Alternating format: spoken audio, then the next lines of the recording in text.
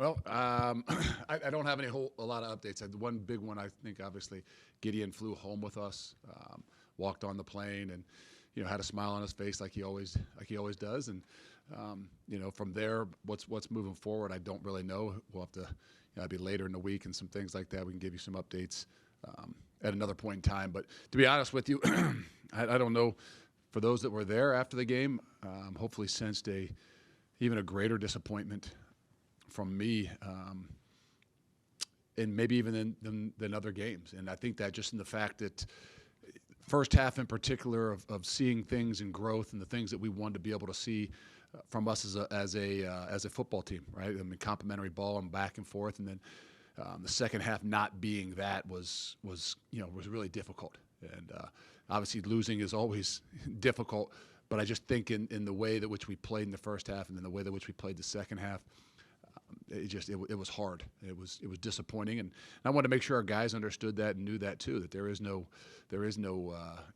silver lining in the fact that hey, you played well in the first half but didn't come out the second half. And so some of that was just making sure our guys understand that there's got to be a killer instinct when you put yourself into some situations that you want to be in, meaning get the game the second half, get the game the fourth quarter. We got to find ways to be able to get better. Close things out and win games, whether they're obviously against a great opponent like Indiana was and the second-ranked team in the country, but in general, just how you need to finish things, and that was disappointing. But nonetheless, it didn't forget to remind, they played their butts off, and they did a lot of things that we need to do to be successful and need to grow to get better. It's going to come down to making some plays. And I think in the second half in particular last week, they made a hell of a lot of plays and we did not. And so we've got to find ways to put our guys in positions. And when they have those opportunities, we've got to make plays in order to win football games. Luke, I know there's 2 games left this season, but as you evaluate quarterback as a whole, it's obviously been uneven this year for a variety of reasons. But what do you feel like you need out of quarterback play moving forward for the future, whether he's on the roster now or not, to feel confident moving forward? Well, first of all, we have to have a group that's going to be competitive, and I mean that in ways to make each other better. It's been a really tough situation the last 3 years for us in that room. And I'm not saying that it's not like that. A lot of places in college football, just that the hard to develop that room with as much turnover as you can have in that room, whether it's bringing a guy in for 1 year or a guy leaving after 1 or 2 years. But I know this, we have to find some consistency in what we're doing in that room. And consistency gives you a chance when something happens, when a guy gets hurt, when a guy goes down, that the next guy stepping up can take and help grow the team and the offense in particular. And so it has been an Achilles heel. There's no doubt about it. But moving forward, we have to find consistency. We have to find depth. And some of that might be in some youth as well. And so the last few weeks of the season, that's what we got to see if we can figure out and see if we can help develop in Carter. And then we need to be able to move forward once the season ends. Darian Dupree, assuming if Gideon's not able to play, this might be an opportunity for him to get some more work. Two-parter. One, as far as growth, what have you seen from him this year? And two, how valuable might a chance to be a guy that gets more carries in the game and get more run? How valuable might that be for a guy? Well, I think every guy in the program has to take the opportunities that are presented to them. We all wish and want to be, have those chances, but you got to be ready when those chances, come. And I think that this is a great example of that. And Darren was a guy who was playing early in the year, got hurt, was out for maybe 6 or so weeks, and really just last week, the week before last, was cleared on Friday to take a few snaps. And so he got a few snaps in the game a couple weeks ago, was going to get a few more snaps in this past week's game. And then obviously what happened with Gideon, he had to go in there and kind of, the second half and, kind of foot the load. And then going into this week, he's a guy that's gonna have a greater opportunity to not just be a guy that probably bounces in and out of there, but a guy that, might have a greater opportunity to be the guy taking the snaps as we start the game. And I think all those opportunities, guys got to be able to run with, and whatever that means, like I said, he's been down for a few weeks, and so that's not always the easiest thing, is to get thrust right back into it. but that's part of the game. So he'll have a great opportunity. We need him to, continue to grow and, be at the position that he was, I think, at the beginning of the year, where it was a battle with him and Dylan. And, even going into that first game, we'll see how those guys are rolling to see, who continues to get more of the carries. But it's going to be a great opportunity for him. Just going back to the quarterback spot, you said what you need from that position. What have you seen from Carter so far that you like, and what do you see where you need more room for growth? Well, it's easier to point out the room for growth. There's a consistency. There's taking care of the football that we've talked about. It's being able to get the ball down the field that we know that, we have to give him opportunities, but he's got to be able to, be smart with those opportunities. But I think what we can honestly say is he's a joy to coach. Like, sometimes you don't know that when a guy's your scout team quarterback for 6, 7, 8 weeks. And, even through camp, you didn't get to see a whole lot of those things. And I'm not saying they don't get coached, but, to be in a position where you see what the guy, how he reacts and responds on a daily basis. So I know this, talking with Kenny even, last week and even last night, he's just been excited about his attitude every day coming in, his willingness to recognize mistakes, open to obviously the coaching, the good, hard, tough coaching, and wanting to get better. So I think all those things we need to be able to continue to see from him. I think we know this, that the moment's not too big. I don't think he shies away from, or gets nervous when, they line up 6, 7 up front there. And that's not something you probably can teach somebody in a short amount of time. But there's a consistency that we got to continue to expect from him, and he's got to continue to grow with. Luke, you could use Gavin Lam down the stretch here, and he could still maintain his red shirt. Have you given thought to opening that competition back up? Yeah, I mean, that's something that this week very well could be an option. Last week going into it, just knowing that, by nature, Gavin has a little bit more pop in his leg. And if we were put in a situation where, we needed something that was outside of even, Vacos's maybe reach, that he would be an option. I would have told you early in the year that when those last 4 games or in the situation that Gavin would be the kickoff guy. But Vacos has done a great job with kickoffs this year. So I think it'll be one of those things this week that we'll be able to create a little bit more competition and see what we need to do as we go into Saturday. Coach, we talked a little bit on Saturday about how Daryl's been somebody that's been around for a long time but has kind of grown in this role. Has Ben Barton kind of done a little bit similarly in the last season or so, and just how has he been so consistent on that D-line? Well, obviously, probably 6th year, and being a guy that's, mature beyond his years, whether he's married and building his own home someplace, I'm not exactly sure where, but he has been as big a staple for us in the last 2 years up front as anybody, and this year in particular.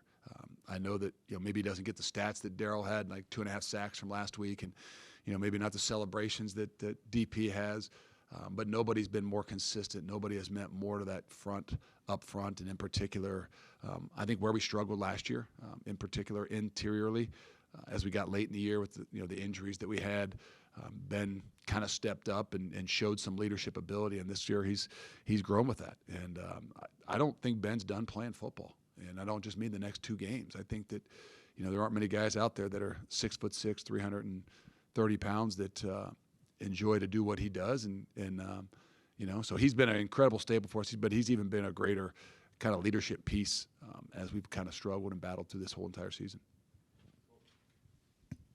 Look, a lot of seniors are going to be playing their last game here at Camp Randall on Saturday. We're part of your transition to coaching here. Just what's been the message to them, as maybe the wins haven't been where you guys want, but just what they've meant to you in the program? It's hard. I mean, everybody has a specific little role in whether they've been here for 1 year or 3 years or 6 years. And so it's hard to kind of separate, right? I mean, it's not like, hey, okay, we're going to take some time each and every day here to sit down with each guy. And man, there's quite a few of them that could line up to be their last, guaranteed home game.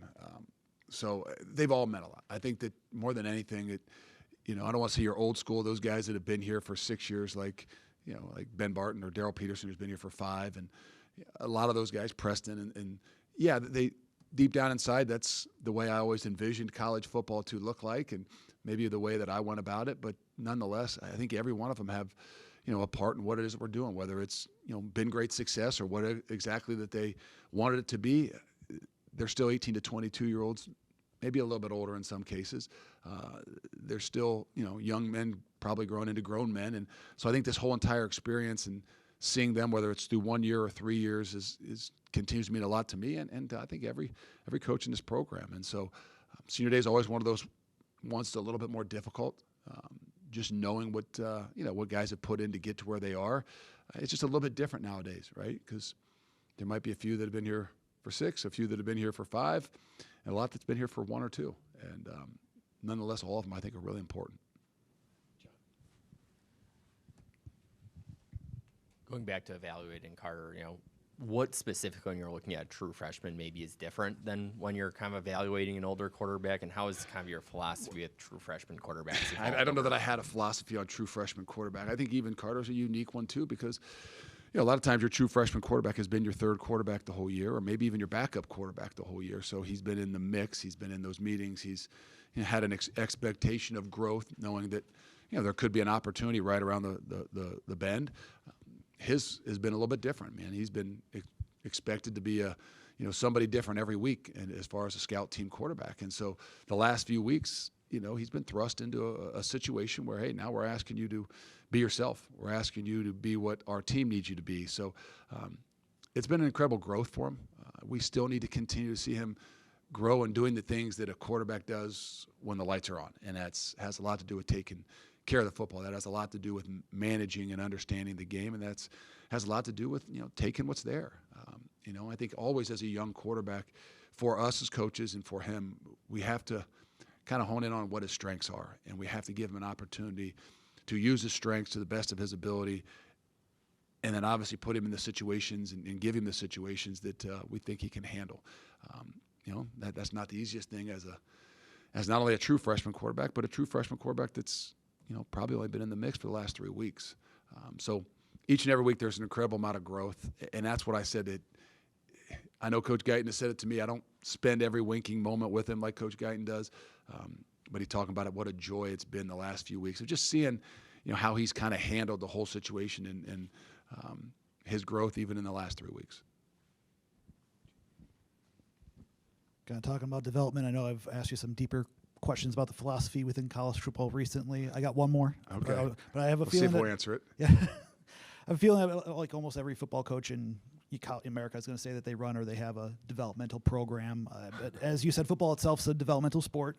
But when you hear a program's a developmental program, just what's that definition to you, and just what are the benchmarks? Well, I guess it has changed a little bit of my mindset. Football's still developmental, right? I mean, just the nature of it. That's why guys can't leave and go to the NFL until they've been out of school for 3 years. Just the nature of what the game is, and but I think there's, for us, it's a little bit different. Like, to not be able to contribute as a young guy is going to be much more difficult. Whether it's in our program, I think in a lot of the major programs around the country. And so, what that development means is doesn't mean 2.5 years probably anymore. It means you better be able to develop it within a year. You better be able to provide some value a lot sooner than maybe we ever expected, 10 years ago or 5 years ago. And so there's a growth. I think that kids coming out of high school now got to understand and recognize that the beautiful thing about what football was it could be a 5-month sport, right? You could play baseball, and you could wrestle, and you could play basketball, and you could play 3 sports. And I still love the guys that do play 3 sports, but if you're not developed enough to be able to walk on a football field within the first 6 months that you're there, I think it's going to be difficult. And I do think that there's a difference between linemen in particular, O linemen and D linemen, as opposed to everybody else within the program, and I think that's not going to change. So the idea of guys playing 3 sports is what you love, but if they aren't constantly developing themselves as a football player, even in the high school levels, they better be uniquely different than 99% of everybody else in the country, because the expectation coming into programs like these is you better be able to find a way to get yourself on the field. You mentioned Preston as one of the seniors. During the game, not during the game, but in the injury report, he was listed as out for the season for the first time.